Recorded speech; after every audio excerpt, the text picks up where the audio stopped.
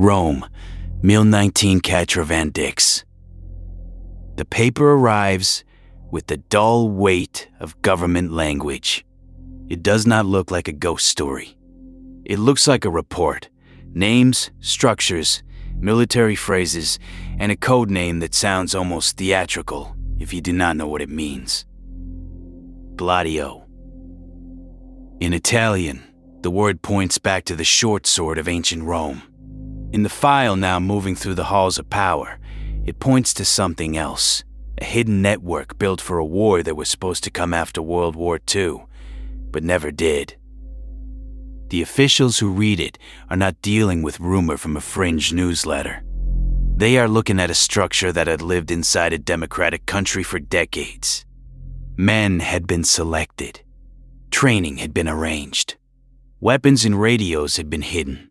Lines of communication had been prepared for the day. Soviet tanks might roll across Western Europe, and governments might fall. It had the clean logic of an emergency plan. If invasion came, someone would stay behind. But the invasion did not come. That is where the file becomes dangerous. Because a secret army, created for a future occupation, does not automatically vanish when history takes another road. It remains somewhere inside the state, inside the intelligence services, inside sealed rooms and private lists and forgotten storage sites. It remains in the memories of men who were told not to speak. It remains in budgets, training habits, and chains of command no voter ever saw. In 1990, Italian Prime Minister Giulio Andreotti acknowledged the existence of Gladio to Parliament. The public story began with Italy, but it did not stay there. Within weeks, the question was spreading across Europe. If Italy had one of these hidden stay-behind networks, how many other countries had something similar? The answer would not be simple. It would run through the fear of Soviet invasion, the ruins of World War II, the architecture of NATO, and the silence of intelligence agencies. It would also run through the blood-soaked years when Italy was shaken by bombings, kidnappings, coup scares, and political terror. For some people, Gladio became proof of a secret war against democracy itself. For others, it was a defensive contingency plan pulled into the gravity of conspiracy by the violence around it. The archive is still messy. The claims do not all carry the same weight. Some are official, some are judicial. Some are testimony, some are political memory, and some are later retellings that grew sharper as they traveled. But the core image is not easy to dismiss. A country at peace with weapons hidden for a war that never came.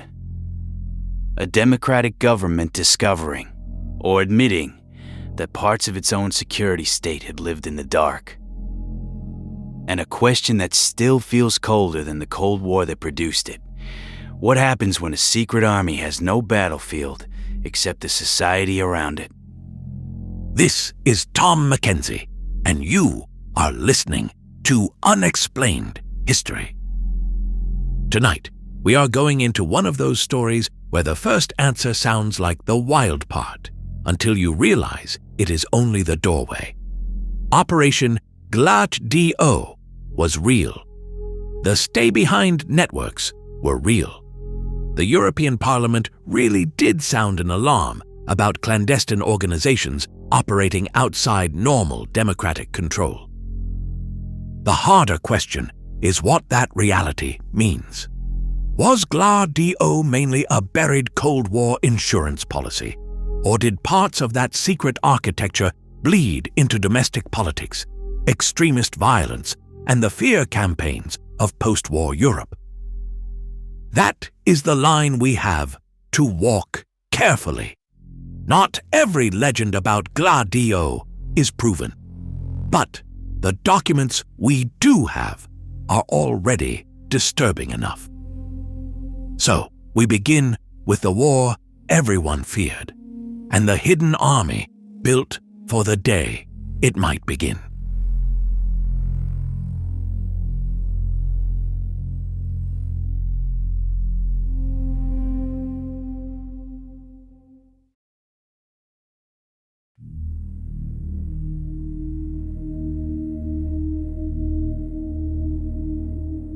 To understand why anyone built a stay-behind network, you have to return to Europe after World War II, when the word invasion did not feel theoretical.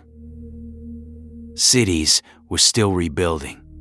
Families still carried stories of occupation, ration cards, deportations, informers, and resistance cells. Older men remembered what it meant to hide a radio or move a message through a city at night. Younger officers had grown up inside the lesson that a government could collapse faster than anyone wanted to believe. Then, the map hardened into the Cold War. The Soviet Union controlled Eastern Europe. Western planners looked at the border and imagined a different future. Armored columns might move west. Airfields might be destroyed. Parliaments might be evacuated or captured, while police forces were compromised and communications cut. Local communist parties, they feared, might cooperate with the new occupying power. In that world, a stay-behind network had a simple purpose. If regular armies lost the first phase, hidden cells would survive behind enemy lines. They would gather intelligence, sabotage supply routes, guide Allied forces, rescue downed airmen, and keep alive some form of resistance until liberation. On paper, it was a grim but understandable plan. It borrowed from wartime resistance and from the bitter lesson that occupation favors whoever prepared in advance. A network like that needed people who could disappear into ordinary life. It needed radios, codes, safe houses, supply points, and weapons caches. It needed training that would not look like training.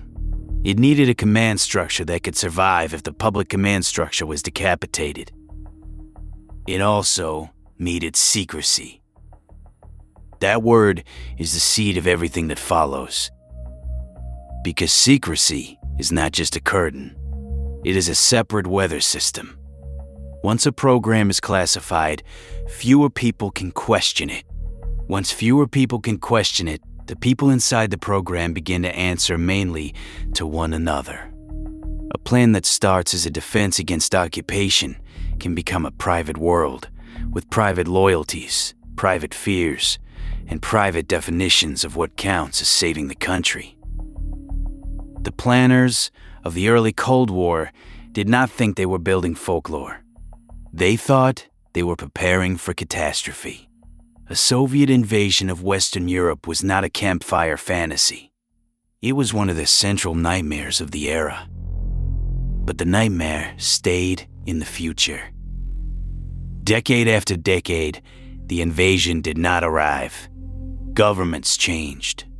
Voters argued. Communists and socialists gained votes in some countries, especially Italy and France. Student movements rose. Labor unrest flared. Far-right groups organized. Far-left groups radicalized. Intelligence agencies watched all of it through the lens of Cold War fear.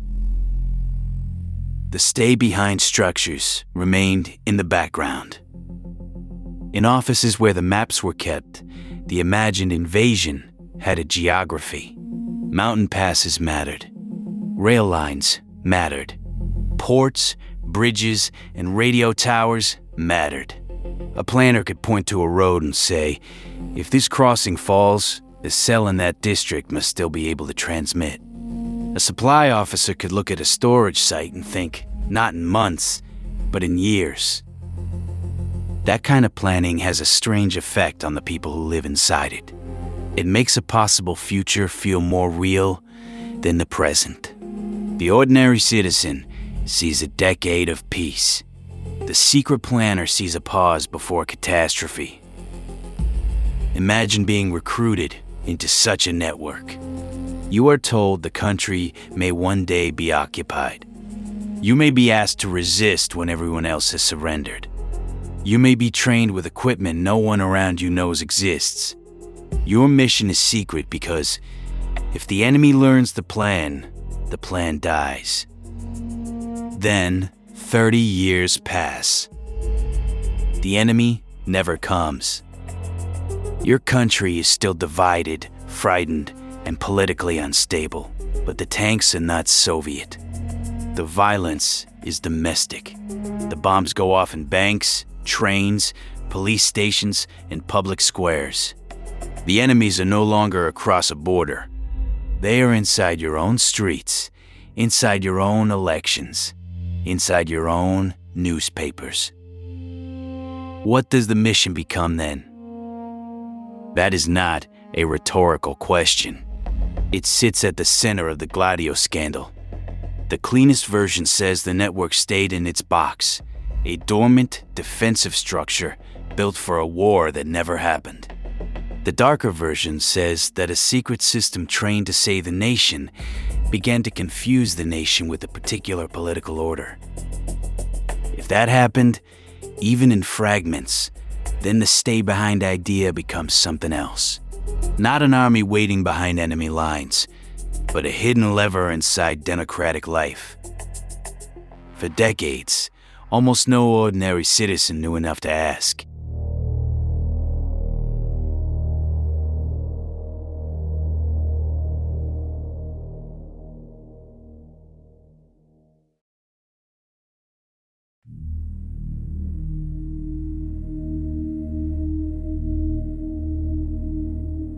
The physical details matter because they keep the story from floating away into slogans. A stay-behind network is not only an idea, it is a box under the ground. It is a radio sealed against moisture. It is a false name on a list. It is a training trip described in language bland enough to survive in a file. It is a man who knows that a certain place in the countryside contains equipment he is not supposed to mention to his wife. The word Gladio eventually became shorthand for the Italian branch, but the wider European stay-behind concept was broader than Italy. Different countries had different structures, different names, different degrees of official inquiry, and different levels of surviving documentation. The safest way to tell the story is not to pretend all of Europe had one identical secret army. It did not. The unsettling part is that multiple democracies did have hidden plans, hidden personnel, and hidden military intelligence arrangements designed to outlive occupation. In Italy, the image becomes especially charged because Italy was not just any Cold War country. It had one of Western Europe's largest communist parties. It had a fragile, post-war political order. It had memories of fascism that were not ancient history. It had American concern, Soviet interest, Vatican influence, industrial unrest, student protest, and a security state that saw domestic politics through an anti-communist lens. That is the pressure chamber, where Gladio becomes more than a file. Think of a weapons cache in that context. The official purpose is future resistance. The buried rifle is for the day foreign soldiers occupy the road. The explosives are for bridges and supply lines in wartime. The radio is for sending messages when normal communication is gone. But if the future war never comes, the objects remain available to the present. This is why the public imagination latched onto the caches so quickly. A secret list can be explained away as planning. A secret committee can be buried under acronyms. But a hidden weapon is harder to make abstract. It asks practical questions. Who knew where it was? Who could access it? Was every item accounted for? What happened when old members died, changed loyalties, or drifted into other political worlds? The same is true of names. A name on a list is not just identity. It is liability. It tells a handler who can be trusted, who has been trained, who might know where equipment is stored, and who might be activated if normal government communication fails. In a normal army, names are part of bureaucracy. In a clandestine network, names become a hidden map of power. If that map is lost, stolen, copied, or inherited by people with different politics, the danger changes. The network is no longer only a plan against invasion. It is a database of men, skills, loyalties, and access points that exists outside the public ledger. In a democratic system, authority is supposed to have a public face. The citizen may not know every official, but in theory there is a chain: minister, parliament, law, budget, court, inspector, inquiry. Secret networks disturb that chain. They create people who may be empowered by the state, but invisible to the public version of the state. This does not prove criminality by itself. Intelligence work often involves secrecy. Military contingency planning often involves secrecy. But armed secrecy is different from paper secrecy. Once a network has weapons, training, and independent communication, it becomes a kind of dormant power. The danger is partly psychological. A file can be forgotten because it is boring. A committee can be ignored because it meets behind doors. But a trained cell creates identity. It gives people a role to preserve, a story about why they matter, and a private sense that they understand the real threat better than the public does. That private sense can remain harmless. It can also become a lens through which ordinary politics begins to look like wartime preparation. And dormant power is never morally neutral.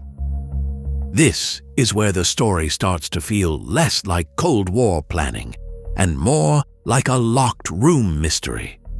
The official explanation can be completely rational at the beginning. If invasion comes, you need resistance. Fine. But then, the locked room sits there for 40 years. People retire. Ministers change. Records move. Some leaders know more than others. And the country outside the room goes through bombings, strikes, terror, and panic. At that point, the question is not only why was the room built? The question is, who had the key? In the Italian case, that question kept leading back to the same uncomfortable place: the overlap between anti-communist security planning and the violence that shook the country during the years of lead. The phrase "years of lead" refers to a long period of political violence in Italy, especially from the late 1960s through the 1980s. It included far-left terrorism, far-right terrorism, assassinations, bombings, kidnappings, state scandals, and a public mood that could swing from grief to suspicion almost overnight. Within that history, one phrase became notorious: strategy of tension. Supporters of the darkest Gladio interpretation used that phrase to describe the idea that fear itself was politically useful. If civilians were frightened enough by chaos, they might support stronger security measures, reject the left, and accept a narrower version of democracy in the name of order. The phrase is powerful because it gives shape to a nightmare many people already felt. Bombs go off. The public is told to fear one enemy.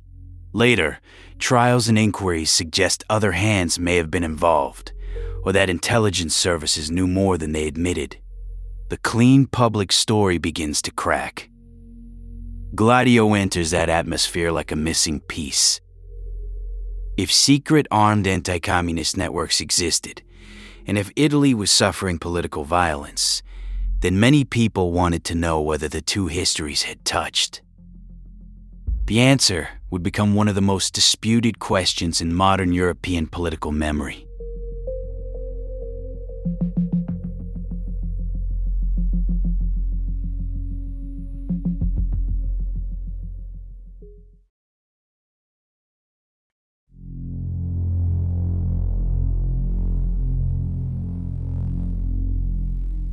Milan, December 1969. A bomb explodes at the Banca Nazionale dell'Agricoltura in Piazza Fontana.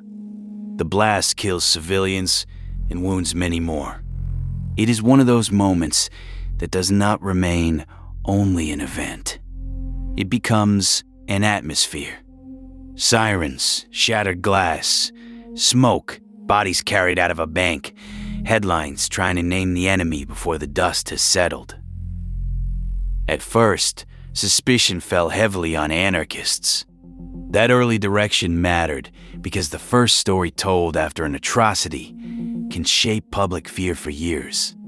Later investigations and trials would move through a far more tangled landscape, involving far-right militants, police failures, intelligence shadows, and the unresolved question of who knew what. The Piazza Fontana bombing did not prove the whole Gladio legend. It did something more complicated. It created a wound where the legend could attach. For the people in the city, the first experience was not theory. It was the sound. It was dust hanging in the air of an ordinary afternoon. It was people waiting for names, then learning that the dead were not soldiers or ministers, but civilians who had entered a bank and never came back out. Before any courtroom could sort evidence, fear had already done its work. That is why later revelations mattered so much. They arrived in a society that had already been trained by trauma to suspect hidden hands. When a state has failed to explain violence cleanly, every later secret looks connected, even before the connection can be proven. Italy in those years was not a simple battlefield of good and evil. It was a crowded room of ideologies, state interests, foreign pressures, militants, informants, police units, judges, journalists, and ordinary people trying to live normal lives while politics turned violent around them.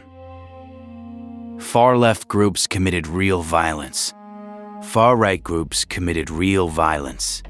The state fought terrorism, but parts of the state were themselves accused of deception, concealment, or illegal collaboration. Public trust did not collapse in one moment. It was chipped away by every contradiction.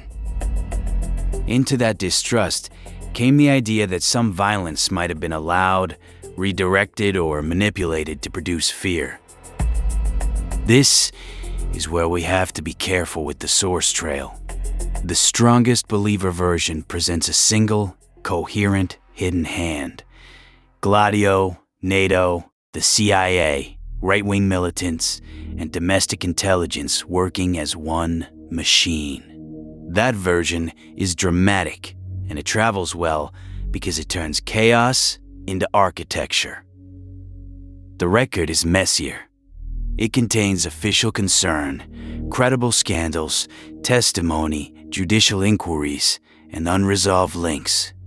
It also contains leaps, simplifications, and online retellings that flatten different organizations and countries into one dark master plan. Still, the reason the theory survived is not hard to understand. When a democracy admits that a secret anti-communist network existed, people will naturally re-examine every unexplained anti-communist panic that came before.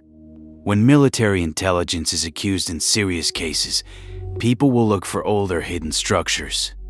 When officials insist a program was only defensive, citizens will ask why they were never told about it. A buried network becomes a magnet for unresolved violence. The Guardian later reported on claims from John Adalio Maletti, a former Italian Secret Service general, in the context of the Piazza Fontana trial. Maletti's reported claim was not that every piece of the public legend had been proven in one neat package. It was that American-linked anti-communist pressure and support had shaped the environment in which right-wing terrorism could operate. That kind of testimony is explosive, but it is also a source class of its own. It is a claim from a former intelligence figure, reported years later, tied to court proceedings and political memory. It should not be treated as the same thing as a fully documented operational order. But it also should not be waved away as nothing. Because intelligence history often survives in fragments. A retired officer speaks late. A judge finds one piece, but not another. A parliamentary committee describes a structure without resolving every action. A journalist preserves testimony before archives open, while a state denies more than it can prove. In Gladio, the paper trail and the rumor trail run beside each other. Sometimes they touch. Sometimes they only seem to touch because people want the pattern to be complete. That is what makes the story so difficult and so compelling. Here's where I get stuck. If someone says every bombing in Italy was Gladio, that is too clean. History almost never works that cleanly. But if someone says the stay-behind networks have nothing to do with the political violence around them, that can feel too clean in the other direction. The truth may be less cinematic and more uncomfortable.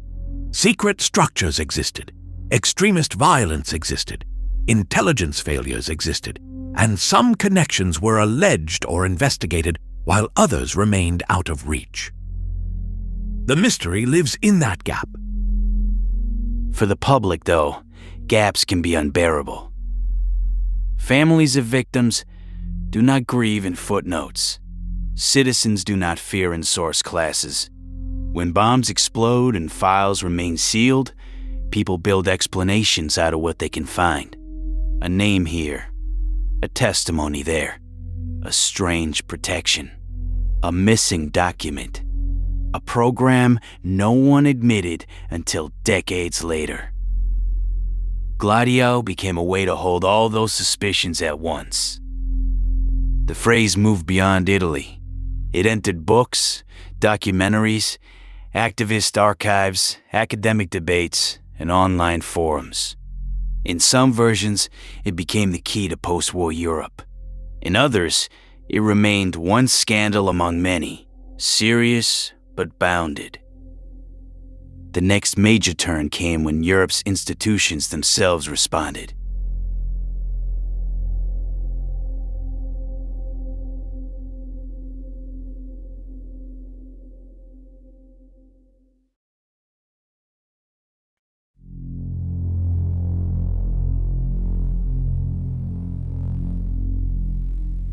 On November 22, 1990, the European Parliament adopted a resolution on the Gladio affair. The language is formal, but it has a pulse of alarm under it. The resolution refers to revelations by several European governments of a clandestine parallel intelligence and armed operations organization that had existed for 40 years in several member states.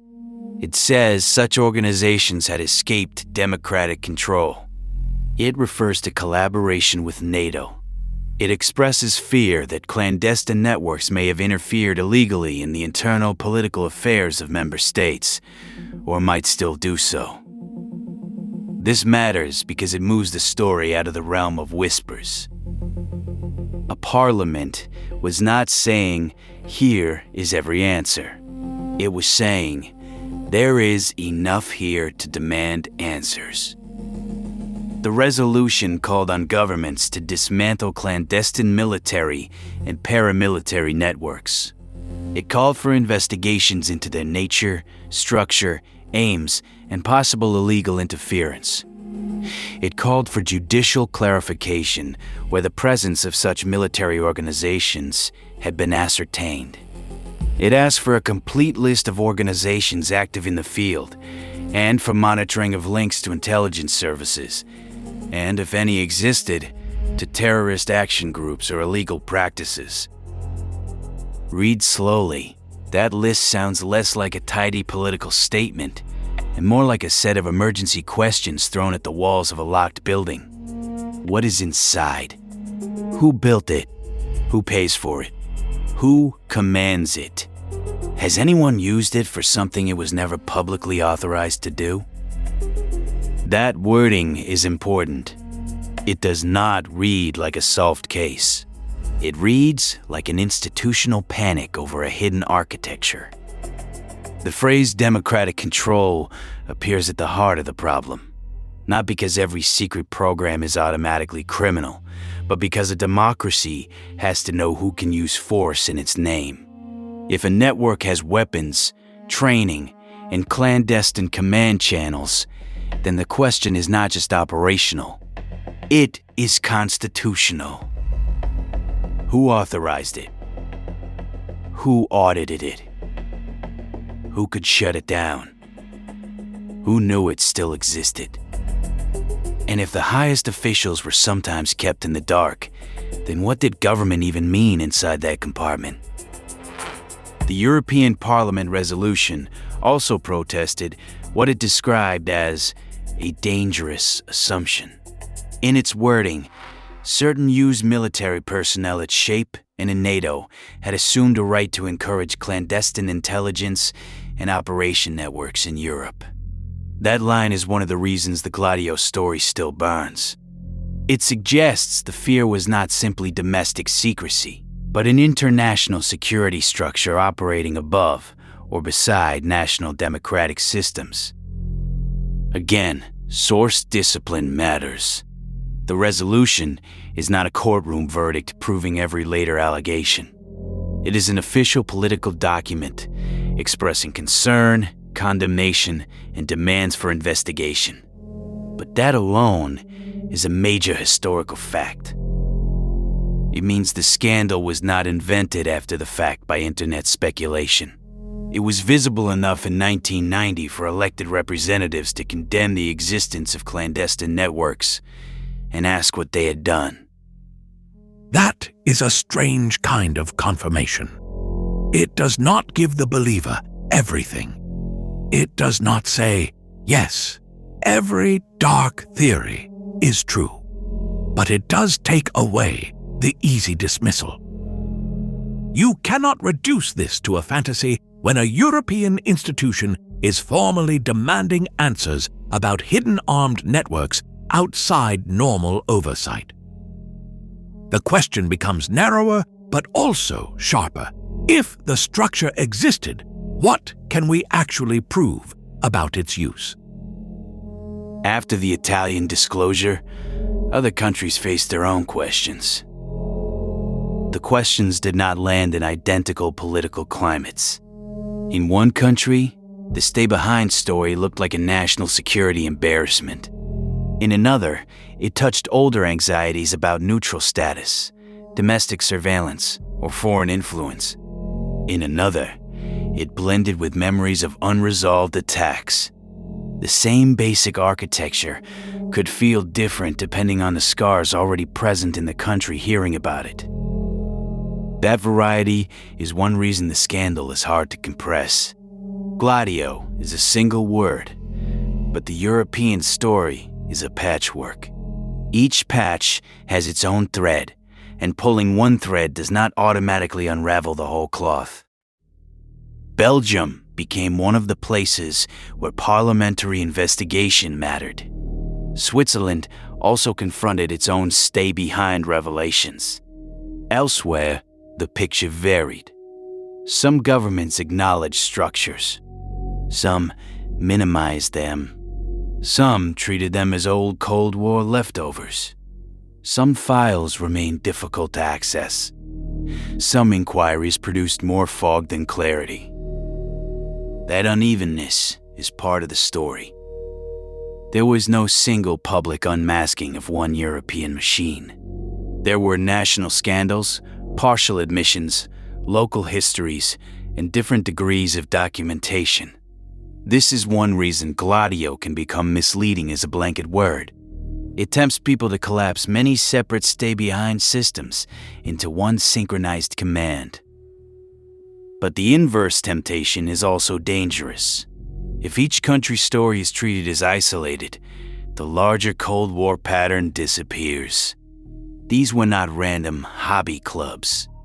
They belonged to an era in which Western security planning, anti-communism, NATO strategy and national intelligence services overlapped in ways that were often hidden from the public.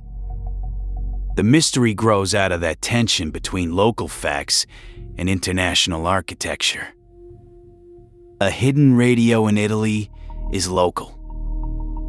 A European Parliament resolution is international. A weapons cache is physical. A claim about NATO coordination is structural. A bombing trial is judicial. A retired officer's allegation is testimonial. And the public has to decide how to weigh all of it, without pretending the whole pile is either proof of everything or proof of nothing. That is the hard part of Gladio. It resists both comfort and closure.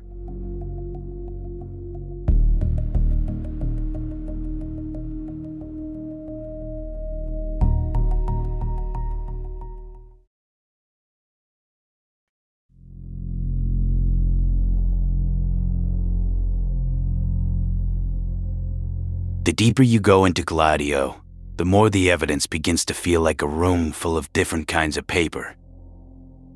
There are official resolutions. There are parliamentary reports. There are court documents. There are newspaper articles written under deadline, later books written with stronger conclusions, interviews with former officers, activist archives, declassified fragments, and old web pages preserving claims that might otherwise vanish. Each kind of paper asks to be read differently. An official resolution tells you what elected officials were worried enough to say publicly. A court record tells you what could be argued under legal pressure. A journalist's article may preserve a voice and a moment, but it also carries the limits of access. A retired intelligence officer may know things others do not, or may remember selectively, defend himself, settle scores, or speak from inside a political battle that never ended. Gladio forces the listener to live with that discomfort.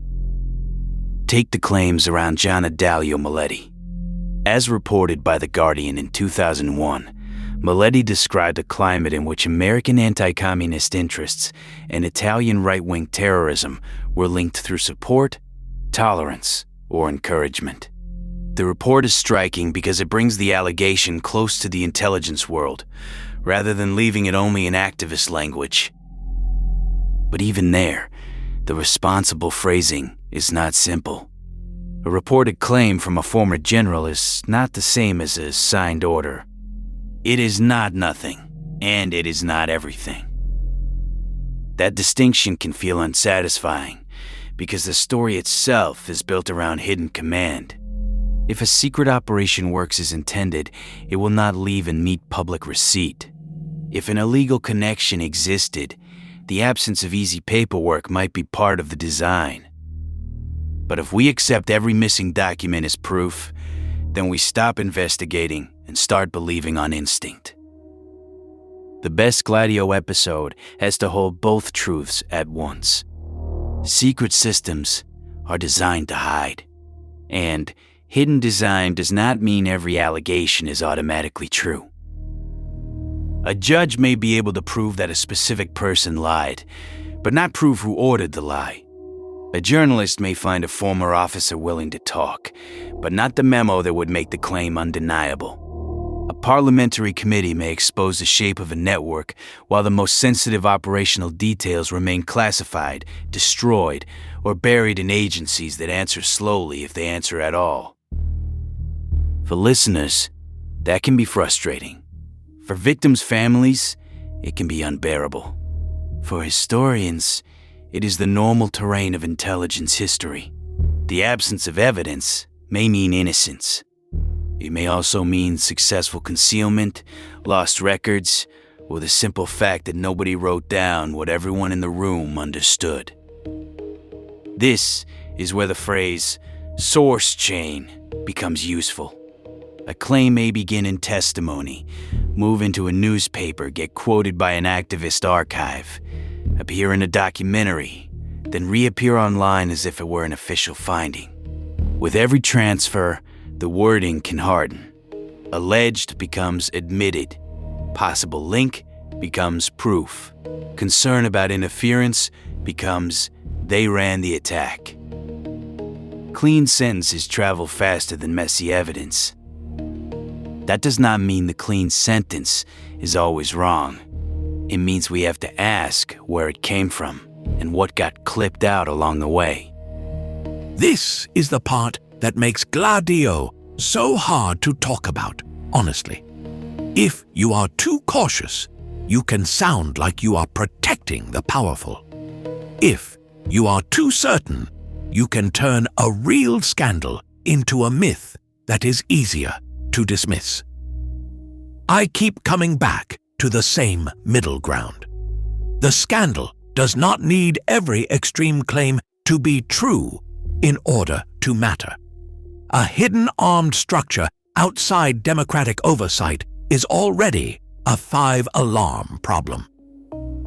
The question is whether the darker claims add to that problem or distract from the part we can actually prove. That is why the physical and institutional facts remain so important. The European Parliament did not need a perfect theory of every bombing to condemn clandestine networks. It focused on the nature of the structures: parallel, secret, armed, connected to intelligence services, and outside normal democratic control. It called for dismantling and investigation because the existence of such networks threatened democratic legitimacy by itself. This is the late turn beginning to form. The most durable horror of Gladio may not be the version where every event fits into one hidden script. It may be the version where governments built secret emergency machinery, kept it alive for decades, and then could not convincingly explain where defense ended and domestic political influence began. That ambiguity is not a weakness of the story. It is the story. Because democratic systems are supposed to draw lines. The military has a line. Intelligence has a line. Police have a line. Political parties have a line. Courts have a line. Parliaments have a line. Gladio lives in the fear that during the Cold War, some of those lines were crossed in the dark, and that citizens only learned the shape of the crossing after the fact. The files do not hand us a simple villain holding a sword in a secret room. They hand us something harder to dramatize and harder to dismiss. It is a structure built from fear, hidden by necessity, and protected by habit. Later, it stood near violence that no one could fully separate from the state that claimed to fight it. By the time the public saw the name Gladio, the Cold War world that created it was already ending. The Berlin Wall had fallen. The Soviet threat was fading. The old justification was losing its force. And that may be why the revelation landed so hard. The enemy the network had been built to resist was disappearing. But the network had been real. So what exactly? Had Europe been living with all those years?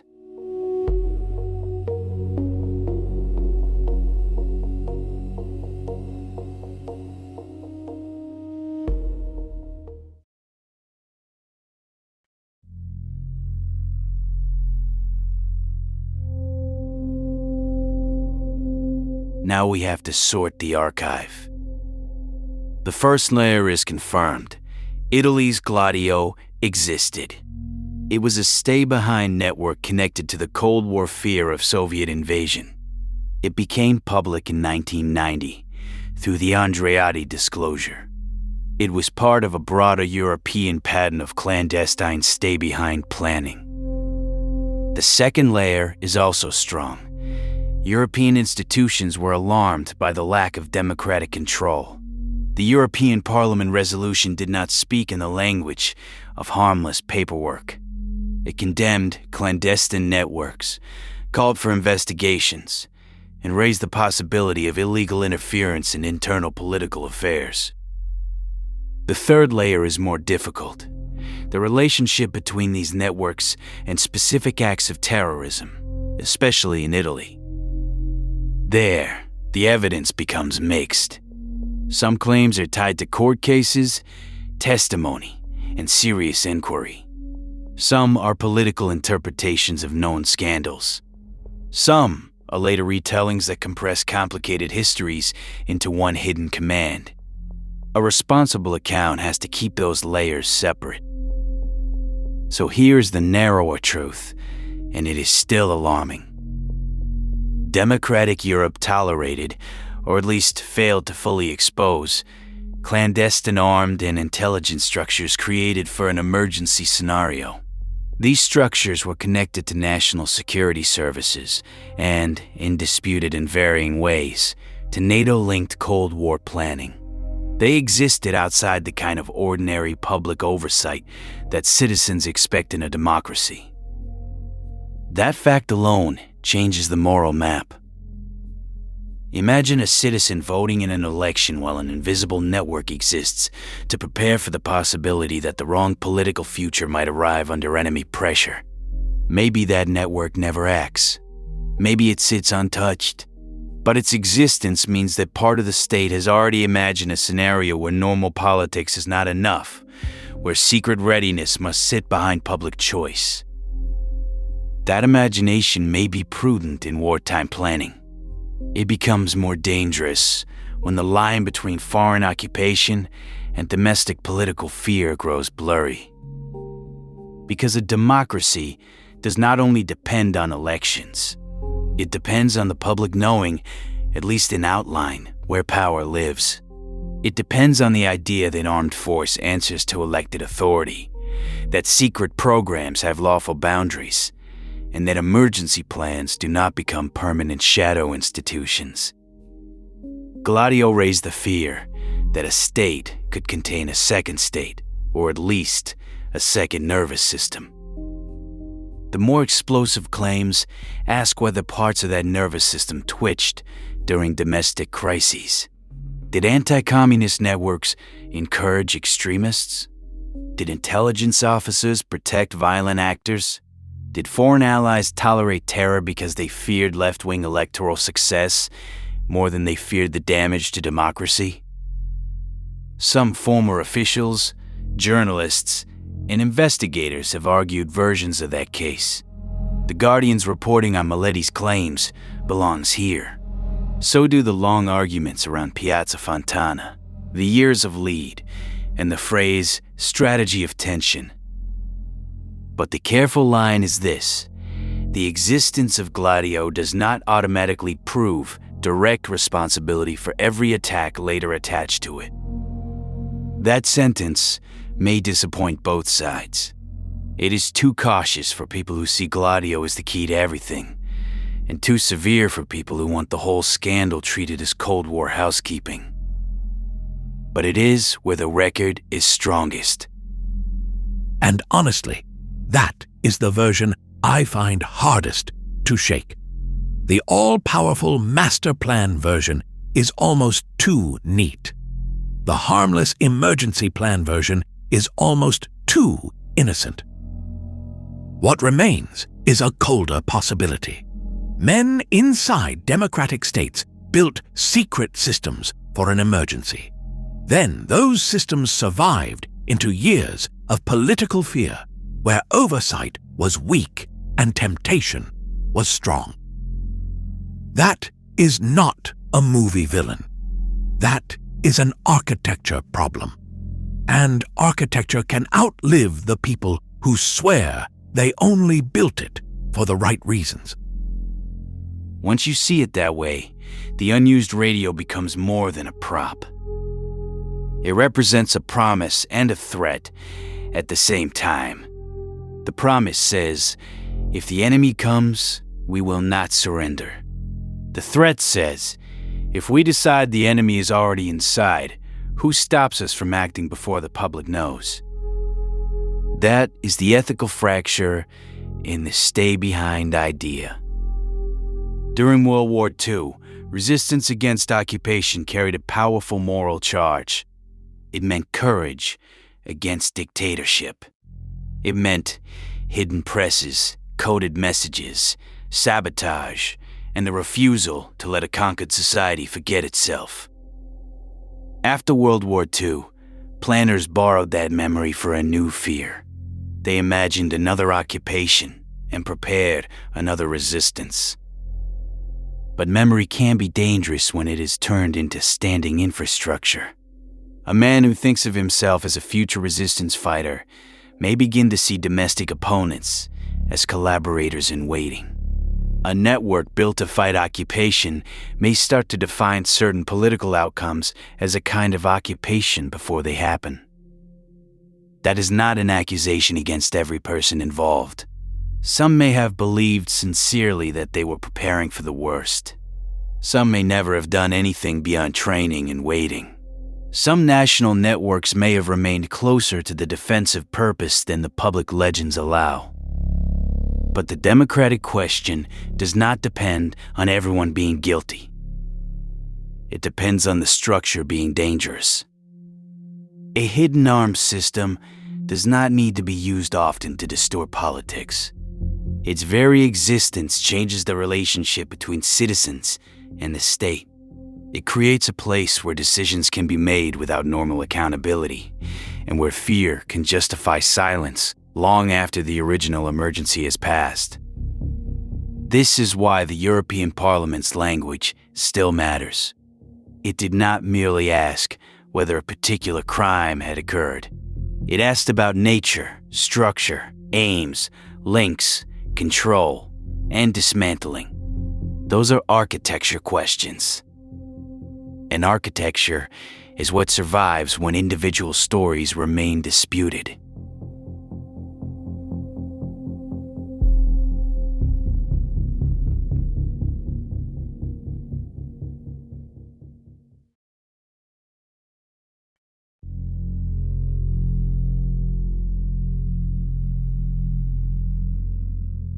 Picture the cache again. Not as a symbol on a documentary screen, but as an object someone had to maintain. A container hidden somewhere out of sight. Metal that could rust. Paper that could mildew. A radio that might one day crackle with orders no ordinary citizen would ever hear. The men who built that cache may have imagined themselves as guardians. They may have pictured a Europe overrun, a government in exile, a desperate message transmitted from a cellar while foreign soldiers moved through the streets above. Maybe one of them had seen occupation as a child.